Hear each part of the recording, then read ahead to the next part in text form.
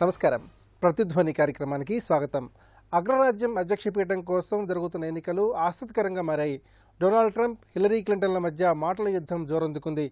జాత్యాహంకారం, ఉగ్రవాదం, వ్యక్తిత్వం వంటి అంశాలపై పరస్పరం వాగ్బాణాలు విసురుకుంటున్నారు. రెండో విడత చర్చాగోష్ఠి ముగిసిన తర్వాత డెమోక్రటిక్ అభ్యర్థి హిల్లరీ క్లింటన్ రిపబ్లికన్ అభ్యర్థిపై స్పష్టమైన ఆధిక్యాన్ని కనబరిచారు.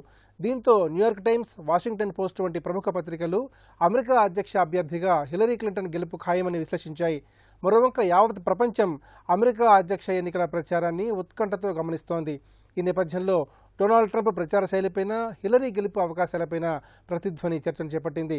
ఈ చర్చలో పాల్గొంటున్న ప్రముఖులు ప్రొఫెసర్ కె చినేసూరి గారు, హైదరాబాద్ కేంద్రీయ విశ్వవిద్యాలయంలో రాజనీతి శాస్త్ర ఆచార్యులు, సామాజిక అంశాల విశ్లేషకులు; సి నరసింహారావు గారు, రాజకీయ సామాజిక అంశాల విశ్లేషకులు; కె కృష్ణసాగరరావు గారు, భారతీయ జనతా పార్టీ అధికార ప్రతినిధి, రాజకీయ అంశాల విశ్లేషకులు; అద్దంకి దయాకర్ గారు, టీపీసీసీ అధికార ప్రతినిధి, సామాజిక అంశాల విశ్లేషకులు.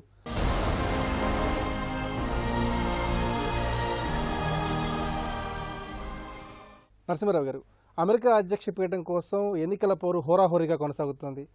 న్యూయార్క్లో అలాగే సెయింట్ లూయిస్లో జరిగిన ముఖాముఖి చర్చల తర్వాత ఆధిక్యం హిల్లరీ వైపే కనిపిస్తోంది. మరి ఎన్నికల్లో గెలుపు అవకాశాలు ఎవరుకున్నాయంటారు?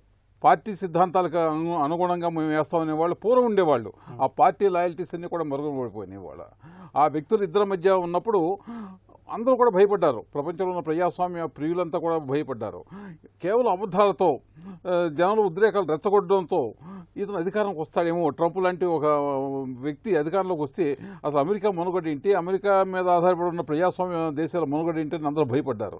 కానీ అమెరికా అత్యంత జ్ఞాన సంపద ఎక్కువ ఉన్న దేశం అమెరికా. అందువలన అక్కడ అబద్ధాలు చెబితే, ఒక విషయం మీద అబద్ధాలు చెబితే, సిద్ధాంతం మీదైనా ఏ విధానం మీదైనా కానీ అబద్ధం చెబితే 2 నిమిషాల్లో వెంటనే టీవీలో స్కూల్ వస్తుంది. ఆయన చెబుతుంది అబద్ధం, ఆ వాస్తవాలు ఇవి అని. ఇప్పుడు అమెరికాలో ఒక రాష్ట్రంలో ఎక్కువ మంది చచ్చిపోయారు ఆఫ్ఘనిస్తాన్ కన్నా చెప్పారు అని అనగానే అడుగు స్కోలింగ్ వచ్చింది. ఆఫ్ఘనిస్తాన్లో ఎంతమంది చనిపోయారు, ఇక్కడ ఎంతమంది చనిపోయారు ఈ టెర్రరిస్ట్ అటాక్లోని. టెర్రరిస్టులు అందరూ టెర్రరిస్టులు అవుతున్నారు. టెర్రరిస్టులు నల్లవాళ్ళు ఎంతమంది ఉన్నారు, తెల్లవాళ్ళు ఎంతమంది ఉన్నారు, ఇవన్నీ ఇమీడియట్గా టీవీలో ఇన్ఫర్మేషన్ వచ్చేస్తుంది, ఫ్లాష్ అవుతుంది. అందువలన అబద్ధాలు చెప్పడం, జనాన్ని మోసం చేయడం, జనంలో ఉద్రేకాలను రెచ్చగొట్టడం సాధ్యం కాదు అని అమెరికా వాళ్ళు ప్రూవ్ చేస్తుంది. ఇది కూడా చాలా ఉద్రేకాలు రెచ్చగొట్టడానికి అమెరికా వాళ్ళని వాళ్ళ యొక్క ఇన్సెక్యూరిటీస్ ఆధారంగా మెక్సికోకి నాకు వాల్ కట్టేస్తాం, మెక్సికో వాళ్ళు లేకపోతే ఇక్కడ బ్రహ్మాండం కొడతాం, వాళ్ళంతా తరివేస్తాం, ముస్లిమ్స్ తరివేస్తాం, ఇవన్నీ చెప్పాడు. వాళ్ళన్నిటికీ చప్పబడ్డాడు. చప్పబడి అంతకుముందు చెప్పిన మాటలు కూడా వెనక్కి తీసుకుంటున్నాడు. నేను చెప్పలేదని కూడా చెబుతున్నాడు. అలాగే హిల్లరీని కూడా రకరకాలుగా దూషించాడు, అందరిని దూషించాడు. ఉమ్మన పట్ల చాలా నీచమైన భాష ప్రయోగించాడు అంతకుముందు. వాళ్ళ ఈయన్ని కొట్టేస్తున్నాడు. అతని పట్ల ఎవరికి సదభిప్రాయం లేదు. చినేశ్వరి గారు, ఒక రాజనీతి శాస్త్ర ఆచార్యులుగా అమెరికా అధ్యక్ష ఎన్నికల ప్రచారాన్ని, అక్కడ జరిగే ఎన్నికల తీరుని మీరు ఏ విధంగా పరిశీలన చేస్తారు? ఈ ఎన్నిక ఒక క్రిటికల్ ఎలక్షన్ అనుకుంటున్నాను నేను. అమెరికాలో క్రిటికల్ ఎలక్షన్ బై డెఫినేషన్ ఏమిటంటే ఒక పెద్ద టర్నింగ్ పాయింట్ వస్తుంది. అంటే ఒక పెద్ద మార్పు ఆపటానికి కానీ సంభవించటానికి కానీ ప్రాతిపదిక అయ్యే ఎన్నికని మనము క్రిటికల్ ఎలక్షన్ అని మనం పిలుస్తాము. ఇద్దరు క్యాండిడేట్స్ మధ్య అత్యంత ఎక్కువ అభిప్రాయ భేదాలు కలిగినటువంటి ఎన్నిక ఇది. ఒక రిపబ్లికన్ పార్టీ అభ్యర్థి ట్రంప్ జాతి ఉన్మాదాన్ని ఆధారంగా నేను గోడగడతాను, మరొక దేశం మొత్తానికి విభజిస్తూ నేను వాళ్ళు ఇటు వైపుకు రాకుండా గోడగడతానన్నటువంటి, ఇంతకుముందు ఉన్నారు మన్రో లాంటి అధ్యక్షులు అమెరికా వాళ్ళకి అన్నాడు కానీ అసలు బయట వాళ్ళని నేను రానివ్వను అన్నటువంటి ఒక ఉన్మాదమైనటువంటి స్లోగన్ తీసుకున్నాడు. రెండవది వెల్ఫేర్ నేను పూర్తిగా విరమిస్తాను అంటున్నాడు. మూడవది పన్నులు ఎత్తివేస్తాను అంటున్నాడు. ధనికుల మీద పన్నులు వేయను, ప్రపంచంలోనే అత్యధిక పన్నులు వేసే దేశంగా అమెరికా ఉంది, దాన్ని నేను తిరిగి రాస్తాను, మొత్తాన్ని కిందగా తెచ్చేస్తాను పన్నులు అంటున్నాడు. అంటే ఒక లిబర్టేరియన్ ఐడియాలజీ. అంటే మార్కెట్లో నిర్ణయించాలి కానీ ప్రభుత్వాలు, రాజ్యాలు నిర్ణయించకూడదు ఎంత పన్ను వేయాలి, ఎవరికి ఎంత సంపద ఉండాలి అన్నటువంటి భావజాలం ఒక ఉదారవాద భావజాలంలో ఎక్స్ట్రీమ్ ఇది. దీనికి భిన్నంగా హిల్లరీ ఒక బహుసంస్కృతుల సంప్రదాయాన్ని, అమెరికా బహుసంస్కృతుల సమ్మేళనం, ఒక మినీ ప్రపంచం అది. నేను వీళ్ళందరినీ రక్షిస్తాను, వీళ్ళందరినీ కాపాడుతానంటుంది. ఒబామా ఏమైతే సంక్షేమ పథకాలు ప్రవేశపెట్టాడో వాటిని కొనసాగిస్తానంటుంది. అలానే ధనికుల మీద పన్ను వేయటం ద్వారా నేను ఒక సమసమాజాన్ని నిర్మిస్తానంటుంది ఆవిడ. సో ఒక ఫస్ట్ టైం నేను అనుకోవడం ఒక ఐడియాలజికల్ క్లాష్ ట్రంప్కను హిల్లరీకి మధ్య జరుగుతూ ఉంది. ఒక ప్రధానమైన పార్టీ అభ్యర్థిగా మహిళ ఉండటం, మహిళల మీద అతను అభ్యంతరకరమైనటువంటి అశ్లీలమైన వ్యాఖ్యానాలు చేయడం చూస్తూ ఉంటే ఈ గెలుపు ఒక కీలకమైనటువంటి హిల్లరీ గన గెలిచినట్లయితే ఒక గొప్ప మలుపు వస్తుందని నేను అనుకుంటున్నాను. కృష్ణార్ గారు, హిల్లరీ అలాగే ట్రంప్ల మధ్య చర్చాగోష్ఠులు ప్రారంభం కాకముందు ఆధిక్యం ట్రంప్ వైపే ఎక్కువగా కనిపించింది. అయితే 2 దఫాల ఈ చర్చాగోష్ఠుల తర్వాత మొగ్గంతా హిల్లరీ వైపు కొనసాగుతోంది. కేవలం ట్రంప్ 34%కే పరిమితమయ్యారు. మరి ట్రంప్ 34%కే పరిమితం కావడానికి ప్రధానంగా కారణాలు ఏ విధంగా చూడాలి? నేను భారతీయ జనతా పార్టీ అధికార ప్రతినిధిగా కాకుండా ఒక విశ్లేషకుడిగా, ఒక యానలిస్ట్గా మాత్రమే ఈ చర్చలో పార్టిసిపేట్ చేస్తూ ఉన్నాను. ఎందుకంటే ఇది మా పార్టీ స్టాండ్ కాదు. మన దగ్గర పార్టీ ప్రత్యర్థులు ఎవరైతే ఉంటారో వాళ్ళని పార్టీ ఒక ఏపెక్స్ బాడీ డిసైడ్ చేస్తుంది, ఈయన క్యాండిడేట్ ప్రైమ్ మినిస్టర్ కానీ ఏ పార్టీ నుంచి అయినా. కానీ అక్కడ వాళ్ళు ఏం చేస్తారంటే కింద వాళ్ళ పార్టీ మెంబర్స్ వాళ్ళని ఎన్నుకుంటారు. కాబట్టి ఫిబ్రవరి నుంచి మొదలువై జూన్ దాకా జరిగిన ప్రైమరీ ఎలక్షన్స్లో 8 మంది అభ్యర్థులపై డొనాల్డ్ ట్రంప్, 6 మంది అభ్యర్థులపై హిల్లరీ క్లింటన్ ఫస్ట్ గెలిచి, వాళ్ళ పార్టీలో గెలిచి, వాళ్ళ పార్టీ అభ్యర్థులపై గెలిచి ఒక ప్రజాస్వామిక యుతంగా వాళ్ళు నామినేట్ కాబడ్డారు. కాబట్టి డొనాల్డ్ ట్రంప్ ప్రజా వ్యతిరేక, హిల్లరీ ప్రజా వ్యతిరేక అన్నది మనం అనలేము. ఎందుకంటే ప్రజాస్వామ్యంలో ప్రజాస్వామికంగా వాళ్ళ పార్టీ వాళ్ళు ఎన్నుకున్నారు వాళ్ళని. నెక్స్ట్ లెవెల్కి పోయేసరికి ఏమవుతుంది అంటే ఇదే 51 రాష్ట్రాల నుంచి డెలిగేట్స్ని ఎన్నుకుంటారు.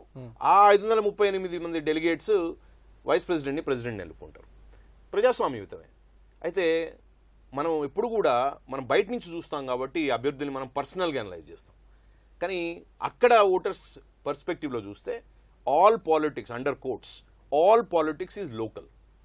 అక్కడ లోకల్ ఇష్యూస్ ఈరోజు డొనాల్డ్ ట్రంప్ కానివ్వండి, హిల్లరీ కానివ్వండి మాట్లాడేవన్నీ కూడా ఇండియాకి సంబంధించిన విషయాలు కాదు, చైనాకి సంబంధించిన విషయాలు కాదు. ఓన్లీ ఫారిన్ అఫైర్స్ వచ్చినప్పుడు మాట్లాడతారు వారు. మిగతా అన్ని కూడా అమెరికన్లకు సంబంధించిన విషయాలు, అమెరికన్ ఓటర్స్కి సంబంధించిన విషయాలు. నా పర్సనల్ వ్యూహకర్తగా నాకున్న అండర్స్టాండింగ్తో 90% డొనాల్డ్ ట్రంప్ గారు ఈసారి ప్రెసిడెంట్ అవుతారు. హిల్లరీ క్లింటన్ గారిపై పెద్ద మెజారిటీతో డొనాల్డ్ ట్రంప్ గారు అమెరికా ప్రెసిడెంట్ అయ్యే ఛాన్సెస్ ఉన్నాయి. దానికి పలు రీజన్స్ ఉన్నాయి. ఈరోజు ఎంత ఫ్రస్ట్రేషన్ డొనాల్డ్ ట్రంప్లో కనబడతా ఉందో, ఆవేశం కనబడతా ఉందో, అనర్ధనీయమైన భాష కనబడతా ఉందో, అది ఇప్పుడున్న సొసైటీని రిఫ్లెక్ట్ చేస్తూ ఉంది. ఇప్పుడు అమెరికన్లో ఉన్న భావజాలాన్ని వ్యాపింపజేస్తూ ఉంది. ఇప్పుడు అమెరికన్లో ఉన్న ఫ్రస్ట్రేషను, ఇన్సెక్యూరిటీని రిప్రజెంట్ చేస్తూ ఉన్నాడు. ఆయన వాళ్ళకి అద్దం పడుతూ ఉన్నాడు. కాబట్టి ఈ పరిస్థితుల్లో డొనాల్డ్ ట్రంప్ ఇచ్చే అష్యూరెన్స్ ఏంటంటే I will make America great again అంటా ఉన్నాడు ఆయన. నేను ఈ దేశాన్ని మళ్ళీ గొప్పదాన్ని చేస్తా అంటున్నాడు. తప్పకుండా కూడా అమెరికన్ ఓటర్లు ఆయన్ని విశ్వసిస్తారని అనుకుంటా ఉన్నా. అంటే ఈ పర్సనల్గా ఆయన మాట్లాడే మాటలు, ఆయన మాట్లాడే మహిళల మీద ఆయన మాట్లాడే మాటలు అవన్నీ కూడా తప్పైనా నేను తీవ్రంగా ఖండిస్తా ఉన్నా. కానీ అవి ఫ్యాక్టర్స్ అవుతాయి ప్రెసిడెన్షియల్ ఎలక్షన్లో అని మాత్రం నేను అనుకోను. దయాకర్ గారు, అమెరికా అధ్యక్ష ఎన్నికల దగ్గర పడుతున్న కొద్దీ రిపబ్లికన్ల శిబిరంలో ముఖ్యంగా ట్రంప్ గుండెల్లో గుబులు బయలుదేరిందని చెప్తున్నారు. ముఖ్యంగా ప్రభుత్వానికి కట్టాల్సిన పనులు కూడా ఎగ్గొట్టారనే అపవాదుని ట్రంప్ ఎదుర్కొంటున్నారు. మొత్తంగా ఈ ఎన్నికల్లో ట్రంప్కున్నటువంటి అవకాశాలను ఏ విధంగా బేరీజు వేయాలి? అమెరికా ఎన్నిక అని అంటే ప్రపంచం మొత్తం కూడా అమెరికా వైపు చూసే పరిస్థితులు. ఒక ఆధునిక నాయకత్వానికి ఉండే లక్షణాలు ట్రంప్లో లేకపోవడం ఒక బలహీనత. మనం ఒక 10 సంవత్సరాల కింద మాట్లాడినా, 20 సంవత్సరాల కింద మాట్లాడినా మన మానసిక స్థితిని తెలియజేస్తుంది. తన సొంత కూతురు మీద చేసిన వ్యాఖ్య కావచ్చు, తర్వాత ఆడవాళ్ళ మీద చేసిన వ్యాఖ్య కావచ్చు, చాలా మహిళా లోకంలో చాలా నిర్లిప్తతకు, నిరాశకు ఒక అంశంగా మారబోతున్నాం. చాలా పెద్ద ఎత్తున ఇటువైపు హిల్లరీ ఒక మహిళా ప్రతినిధి. ఒక 200 సంవత్సరాల తర్వాత అమెరికా లాంటి ఒక ప్రజాస్వామ్య దేశం మహిళకి ఇచ్చిన అవకాశాన్ని మహిళలు జారవిడ్చుకుంటారని మనం అనుకోలేం. అన్నిటికంటే ముఖ్యంగా ఇవన్నీ వ్యక్తిగత అంశాలు. మనం అమెరికా ఎన్నికలు అనేసరికి క్షేత్రస్థాయిల సమస్యలతో పాటు అంతర్జాతీయ ఉగ్రవాదం మీద చర్చ జరుగుతుంది, అక్రమ ఆయుధ సరఫరాతో వస్తున్న నష్టాల మీద జరుగుతుంది, మాదక ద్రవ్యాల వల్ల ప్రపంచానికి వస్తున్న సమస్య మీద ఒక స్పష్టత ఉండాలనే ఒక ఆలోచన ఉంటుంది. అన్నిటికంటే ముఖ్యంగా నాకున్న అంచనా ఏంటంటే ఈ third world countries towards America ఏ రకమైన విధానాలు కనుక అమెరికా తీసుకోబోతుందో అనేది కొత్త అధ్యక్షుడు చెప్పగలిగితే వారికి వివిధ దేశాల్లో, అది అసలు అమెరికా అంటేనే వలసవాద దేశం.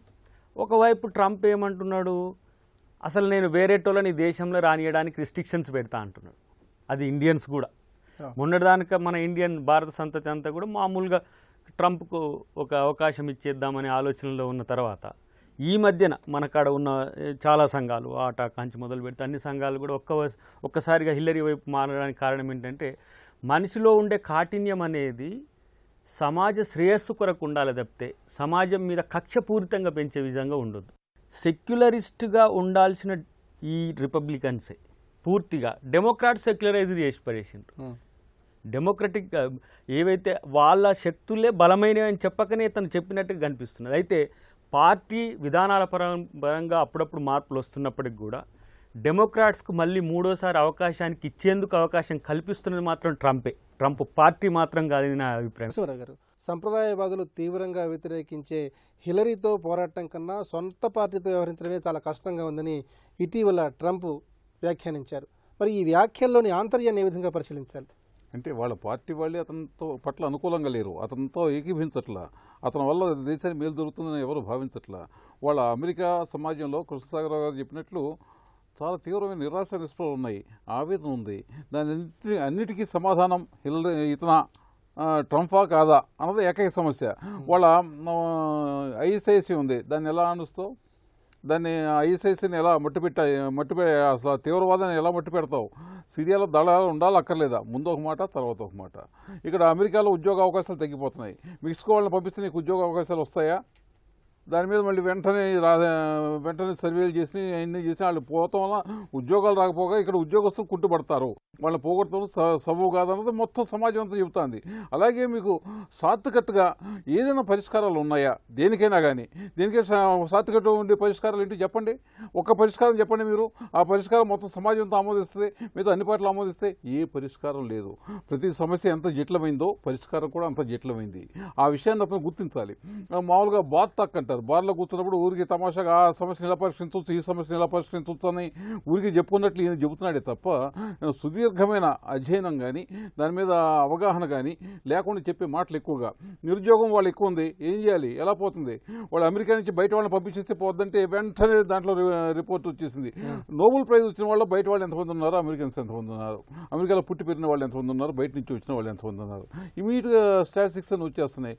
అలాగే సాఫ్ట్వేర్లో మనలో సాఫ్ట్వేర్ చేసేవాళ్ళు ఎంతమంది ఉన్నారు, బయట దేశాల నుంచి వచ్చిన వాళ్ళు ఎంతమంది ఉన్నారు, దీంట్లో ప్రవీణులు మనలో ఎంతమంది ఉన్నారు, బయట నుంచి వచ్చిన వాళ్ళు ఎంతమంది ఉన్నారు చూస్తే ఇమీడియట్గా వచ్చేస్తాను డేటా అంతా కూడా. అయినప్పుడు ఈ చాలా చులకనగా మాట్లాడటం, వాళ్ళ వల్ల మనకి నష్టాలు వస్తున్నాయంటాం, వాళ్ళ వల్ల లాభాలు వస్తున్నాయి, వాళ్ళ వల్ల విదేశాలు ఇక్కడికి వస్తాం వల్లనే అమెరికా కూడా బాగుపడుతుంది, అమెరికా సంపద దేశం అవుతాం వల్లనే మన దేశం నుంచి అందరూ వెళ్తున్నారు, వెళ్ళి ఆ సంపదనే ఇంకా పెంచుతున్నారు. సత్యనాథులు కానీ పిచ్చే కానీ వీళ్ళంతా ఇక్కడి నుంచి వెళ్ళిన వాళ్ళే కదా, ఇక్కడి నుంచి వెళ్ళి అక్కడ పెద్ద పెద్ద కార్పొరేషన్స్ హెడ్ చేస్తున్నారు. అందువలన వాళ్ళు బయట వాళ్ళని రానివ్వంటే అమెరికాకి నష్టం. చిన్నేశ్వరి గారు, ట్రంప్ అలాగే హిల్లరీ మధ్య మాటల యుద్ధం కొన్నాటికి కొనసాగుతోంది. మరి అంతిమంగా చివరికి ఫలితం ఏ విధంగా ఉండబోతుంది? నల్లవాళ్ళని, భారతీయుల్ని, లేకపోతే వీళ్ళందరినీ లాటినోస్ని రాకుండా ఉంచగలిగితే ఆ ఉద్యోగాలు మనకే వస్తాయి అన్నటువంటి భావన అమెరికాలో క్రింది వర్గాల తెల్లవాళ్లకు ఉన్నది, తెల్ల మగవాళ్లకు ఉన్నది. అది వాళ్ళు చెప్తున్నటువంటిది. ట్రంప్కి ఫాలోయింగ్ ఎక్కడున్నదంటే నల్లవాళ్ళలో లేదు. 90% నల్లవాళ్ళు హిల్లరీకి వేస్తారని, ఒబామాకి 92% వేశారు. లాటినోస్లో మెజారిటీ వాళ్ళు ఇటు వేస్తారు. సో ట్రంప్కి ఎక్కడున్నది బలం అంటే, కాస్త కుస్తు బలం ఉన్నది ఎక్కడంటే శ్వేత జాతీయులు క్రింది ఆదాయ వర్గాల్లో మగవాళ్లలో 60% మంది, 55 నుంచి 60% మంది క్రింది వర్గాల మగవాళ్ళు అంటే వర్కింగ్ క్లాసెస్, లో ఇన్కమ్ క్లాసెస్ వాళ్ళ సపోర్టు ట్రంప్కున్నది. ఇతను ఒక రియాలిటీ షో యాక్టరు, అందాల షోలకు వచ్చినటువంటి వాళ్ళతో అసభ్యంగా ప్రవర్తించే మనిషి. అది చూసాం కదా మనం ఏమన్నాడు అతను, మిస్ పిగ్గి అని. ఇతను జూదగృహాలు నడుపుతాడు. ఇతను ముఖ్యమైన వ్యాపారం జూదగృహాలు నడపడం అమెరికాలో, క్యాసినోస్. వాటి పేరు తాజ్మహల్. ఇతను రియల్ ఎస్టేట్ డీలరు, అంటే నష్టాల్లో కూరుకుపోయినటువంటి భవనాలను కొని రిపేర్లు చేయించి సొంతం చేసుకుంటూ ఉంటాడు. ఇది అతని యొక్క బ్యాక్గ్రౌండ్. మరో పక్కన హిల్లరీ బాగా చదువుకున్న ఆవిడ, 30 ఏళ్ల పాటు రాజకీయ జీవితంలో ఉన్నది. హిల్లరీకి అది ఒక డిసడ్వాంటేజ్ కూడా అయింది పాపం. ఎందుకంటే భర్త ప్రవర్తన, అతను స్త్రీలతో తిరిగితే ఈమె ఏం చేసింది? భారీగా కష్టాలు అనుభవించింది. కానీ మాటికి నేను మాటల్లోనే అంటున్నాను కానీ మీ క్లింటన్ అయితే అసలు చేతల్లోనే చూపించాడని పైన రెట్టించటము. నువ్వు ట్యాక్స్ కట్టలేదు అంటే నా తెలివితేటలు చూడండి, ట్యాక్స్ చట్టాలను ఉపయోగించుకుని నేను పన్ను కట్టలేదు అని ప్రతి దానికి మొండిగా మాట్లాడటము. అది ఒక సో ఇద్దరి మధ్యటువంటి క్లాష్ నాకు ఏమనిపిస్తుందంటే, ఒక మొండిగా మాట్లాడి బుల్డోజ్ చేయటము, మొండిగా మాట్లాడటము, ఈ శ్వేత జాతీయులు పురుషుల్లో ఉన్నటువంటి ఒక భీతిని రెచ్చగొట్టడం అనేది ఇతం చేస్తూ ఉంటే ఆమెడ అపీల్ చేస్తూ ఉన్నది. ఈ పోరాటం మరి ఎవరు గెలుస్తారు, ఎవరు ఓడిపోతారు అనేది అది అనేక కారణాల మీద ఆధారపడి ఉంటుంది. సార్ గారు, 2 దఫాలుగా హిల్లరీ ట్రంప్ల మధ్య ముఖాముఖి జరిగింది. ఈ 2 విడతల చర్చ తర్వాత న్యూయార్క్ టైమ్స్ అలాగే వాషింగ్టన్ పోస్ట్ పత్రికలు హిల్లరీకే ఎక్కువగా విజయావకాశాలు మెండుగా ఉన్నాయని చెప్పి స్పష్టంగా చెప్పాయి. మరి ఈ పరిస్థితిని ఏ విధంగా సమీక్ష చేసుకోవాలి? మన భారతదేశంలో లాగాక 2 పార్టీ సిస్టమ్ ఆల్మోస్ట్ ఎగ్జిస్ట్ అయ్యే దేశం అమెరికా. అంటే ఆల్మోస్ట్ ఈక్వల్గా డివైడ్ అయి ఉంటాయి. అంటే ఒక 1%, 2% గ్రీన్ పార్టీ అని ఒకటి, లిబర్టేరియన్ పార్టీ అని ఒకటి, తోక పార్టీలు, వాటికి అసలు 1% ఓటు కూడా లేదు. కాబట్టి మనం ఎలక్ట్రల్ పాలిటిక్స్ అర్థమైతే 2 డివైడెడ్ కాన్స్టిట్యూయెంట్స్కి ఈ 2 పార్టీలు ప్రాతినిధ్యం వహిస్తూ ఉన్నాయి. కాబట్టి ఇక్కడ మనలా కాకుండా అక్కడ రిజిస్టర్డ్ ఓటర్స్ ఉంటారు. అంటే నేను రిపబ్లికన్గా రిజిస్టర్ అయితే నేను రిపబ్లికన్ పార్టీకే ఓటేస్తా, అక్కడేం లేకపోతే పెనాల్టీ వేయరు. కానీ అదొక పద్ధతి. రిపబ్లికన్గా రిజిస్టర్ చేసుకున్న వాళ్ళు, డెమోక్రాట్స్గా రిజిస్టర్ చేసుకున్న వాళ్ళు ఓట్లలో పోయి వాళ్ళకి వాళ్ళు వేస్తారు. 50% ఇటు 50% అటు ఉంటారు. ఒక 10% తటస్థులు ఉంటారు అనుకోండి, 40 ఇక్కడ 40 అక్కడ అనుకున్నా కూడా ఈ తటస్థులు ఎక్కడ వేస్తారో వాళ్ళు గెలుస్తారు. డెమోక్రాట్స్ అనేవాళ్ళు ఓట్ బ్యాంక్ పాలిటిక్స్ కోసం మైనారిటీలని, ఇమిగ్రెంట్స్ని, తర్వాత పొలిటికలీ రైట్గా ఉండడానికి ప్రయత్నించే ఒక పార్టీ. రిపబ్లికన్ పార్టీ ఏంటంటే అది మెజారిటేరియన్ అమెరికన్ ఆత్మ ఏదైతే ఉంటుందో, aggression, dominance of the world, తర్వాత నాయకత్వం, అంటే అమెరికన్ నాయకత్వాన్ని, హెగిమోనీని మొత్తం ప్రపంచంలోకి చేయాలనుకునే శక్తులు, తర్వాత వైట్ బెల్ట్, క్రిస్టియన్ బెల్ట్, ఇవన్నీ కూడా దానిలో ఇమిడి ఉంటాయి. కాబట్టి ఇది natural Americans, immigrants who are naturalised Americans, వాళ్ళందరికీ ప్రాతినిధ్యం వహించే రిపబ్లికన్స్. కాబట్టి ఎక్కడ కూడా మనం ఒక వ్యక్తిని ఐడెంటిఫై చేసి ఆ వ్యక్తి చెడ్డవాడు, ఇట్లా మాట్లాడే కాబట్టి చెడ్డవాడు అనడం, అది ఓన్లీ వ్యక్తిని మనం జడ్జ్ చేయడం తప్పించి ఎలక్ట్రల్ సిస్టమ్ని కాదు. కాబట్టి గాజు ఇళ్లలో ఉండేవాళ్ళు వేరే వాళ్ళపై రాళ్ళు వేద్దానంటూ ఇక్కడ 30 దగ్గర 1,00,000 ఈమెయిల్స్ని పర్సనల్ సర్వర్ ద్వారా ఇంటి కింద పెట్టుకుని, సీక్రెట్ ఈమెయిల్స్, అంటే ఆమె defence secretary and secretary of స్టేట్గా ఉన్నప్పుడు వచ్చి క్లాసిఫైడ్ ఈమెయిల్స్ని ఆమె ఇంటికి రూట్ చేసుకుంటా దాన్ని రష్యన్స్ హ్యాక్ చేసి దేశాన్ని సంరక్షణనే ఒక ఇష్యూలోకి నెట్టిన ఆమెని మనం చదువుకోకపోయినా, లాయర్ కాకపోయినా, అప్పుడు అక్కడ ఉన్న వ్యవస్థ ఆమెని ఇంకా ఇన్వెస్టిగేట్ కూడా చేస్తలేదు, ఆమెని ప్రాసిక్యూట్ కూడా చేస్తలేదు.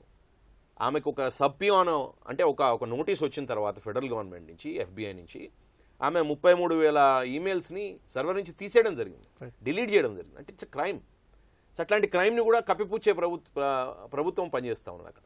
కాబట్టి ఇవన్నీ ప్రజలు అక్కడ ఉన్నవాళ్ళు అవగాహన ఎక్కువ ఉంటుంది కాబట్టి వాళ్ళందరికీ తెలుసు. కాబట్టి ఈరోజు వాళ్ళు ఎవరు బాగా మాట్లాడుతారు అన్నదానికి కాంపిటీషన్ కాదు, ఎవరు ఏం చేయగలుగుతారు అన్నదానికి ఈరోజు ఆల్రెడీ 40-50% డొనాల్డ్ ట్రంప్ వెనకాల ఎందుకు వచ్చారు అంటే వాళ్ళ ఉద్యోగాలు తరలిపోతూ ఉన్నాయి, వాళ్ళ ఆర్థిక స్థితిగతులు బలహీనపడతా ఉన్నాయి. ఎందుకంటే ఇన్వెస్ట్మెంట్స్ రావటం లేదు.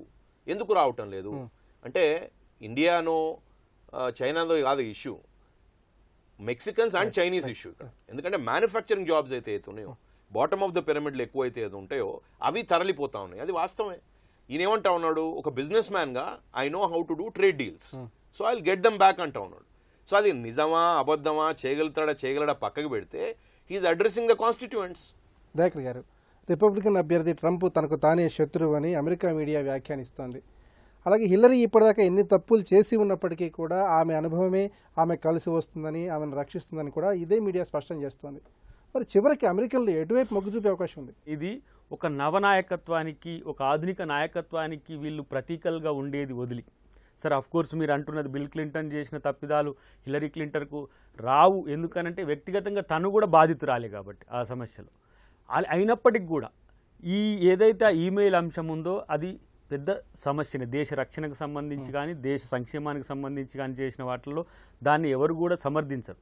కానీ ఇప్పుడున్న పరిస్థితుల్లో అమెరికా మళ్ళీ ఒకసారి డెమోక్రాట్స్కు అనివార్యంగా, అది ట్రంప్ కారణం చేతనే, వేరే ఏ కారణాలు కూడా కాదు. రిపబ్లికన్స్ ఏదో యాంటీ నేషన్ అని, డెమోక్రాట్స్ ఏదో ప్రో నేషన్ అని ఇలాంటివి మనం కామెంట్స్ ఏం చేయలేము. కానీ ఉన్న పరిస్థితుల్లో మనకు ఓవరాల్గా మనం బయట ఉన్న వ్యక్తులకు చర్చలు చూసి మాత్రం అమెరికాలో ఏదో ఇంటర్నల్ పార్ట్స్కి పోయి మనం సర్వే చేసి రిపోర్ట్స్ చెప్పకపోయినప్పటికి కూడా ఫస్ట్ డిబేట్ వరకు ఈక్వల్గా ఉన్న పరిస్థితి నుంచి సెకండ్ డిబేట్కు ఒకవైపు హిల్లరీ వైపు మొగ్గినట్టుగా కనపడుతుంది. కేవలం అభ్యర్థి కారణంగానే అది నేను పార్టీల కారణంగా ఇప్పుడు ఇన్ని రోజులు ఒబామా చేసిన కార్యక్రమాలన్నీ కూడా మనం ఏం సమర్థించట్లేదు. డెమోక్రాట్స్కు ఓటేయాల్సిన పరిస్థితి కూడా ఒబామా ఏం తీసుకురాలేదు. ఈరోజు మనకు ఇండియాకు చేసిన నష్టం కావచ్చు, అంటే అది కనపడని కుట్రలు ఎన్నో జరిగినాయి మన మీద, పాకిస్తాన్ రూపంలోనే XYZ రూపంలోనే జరిగినాయి. ఈరోజు అంతర్జాతీయ ఇస్లామిక్ ఉగ్రవాదం పెరగడానికి ఒక రకంగా నేను డెమోక్రాట్సే కారణమని కూడా ఆరోపణ చేయగలుగుతాం. కానీ అలాంటి పెద్ద పెద్ద నేరాలు చేసిన డెమోక్రాట్స్కి కూడా అవకాశం ఇస్తున్నదే ట్రంప్ మాత్రమే. ఈరోజు ఎంతోమంది డెమోక్రటిక్ రిపబ్లికన్స్ వాళ్ళు చాలా కేటగిరికల్గా ఈయన తప్పించండి అంటున్నారు. ఈయన తప్పించండి, ఇప్పటికైనా పోటీల నుంచి తప్పించండి, ఇంకో మంచి అభ్యర్థి వస్తే కూడా అవకాశం ఉంటుంది ఏమంటే అవకాశం ఉందో లేదో నాకు తెలియదు. కానీ ఆ స్థాయికి పోతున్న పరిస్థితిలో హిల్లరీకి అనుకూలంగా వస్తున్న పరిస్థితి. కానీ ఇది కూడా అతిక్రమించి ఒకవేళ మాకు ఇంకా వచ్చిందని ఒక అజమాయిషి పెరిగే పరిస్థితి కనుక ఉంటే ప్రపంచానికి కూడా నష్టం జరిగే అవకాశం ఉంటుంది. అమెరికా అధ్యక్ష ఎన్నికల తేదీ దగ్గర పడే కొద్దీ హిల్లరీ క్లింటన్కు అవకాశాలు క్రమంగా మెరుగవుతున్నాయి. రిపబ్లికన్ అభ్యర్థి ట్రంప్కు గెలుపు అవకాశాలు క్రమంగా సన్నగిల్లుతున్నాయని నిపుణులు విశ్లేషిస్తున్నారు. అంతిమంగా అధ్యక్ష పీఠం అధిరోహించేది ఎవరు అనే ఉత్కంఠ అందరిలో నెలకొంది. ఇది నటి ప్రతిధ్వని. నమస్కారం.